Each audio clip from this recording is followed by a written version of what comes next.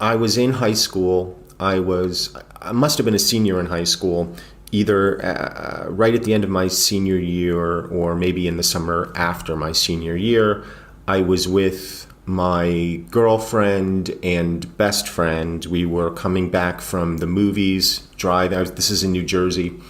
Driving back, we lived in a kind of wooded town, driving back through the woods, and we saw what looked sort of like a fireball, sort of reddish, orangish, moving sort of slowly across the sky, too low to be, like a meteor or something. In my memory, it wasn't that far above the tree line. My initial thought was it might be like a small plane crashing. But there was no sound.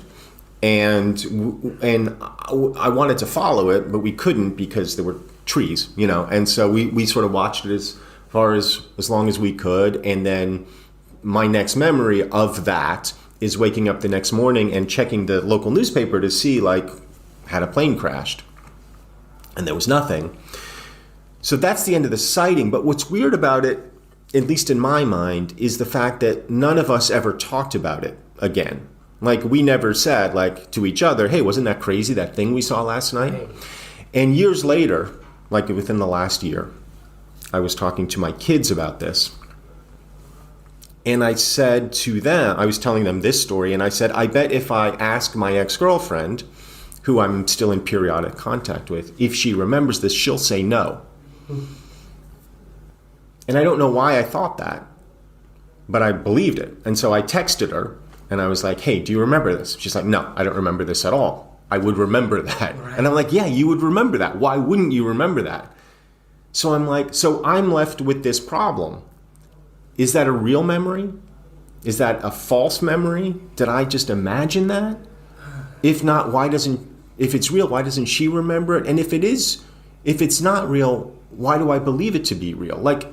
To my knowledge, I have no other false memories in my life. I've never encountered anything like that.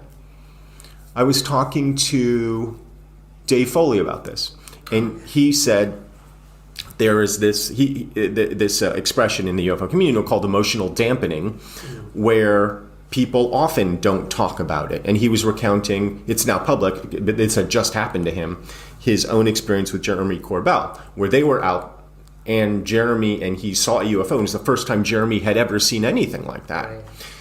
And they had that same kind of emotional dampening thing where Jeremy didn't think to take out his phone, didn't think to record it.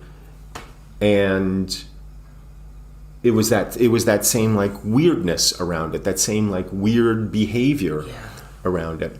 So that's it. I mean, that's the entirety of my UFO experience, other than one time I was on LSD and we looked up and we saw something. I'm I can dismiss that. That would be easily dismissed, in the best of ways.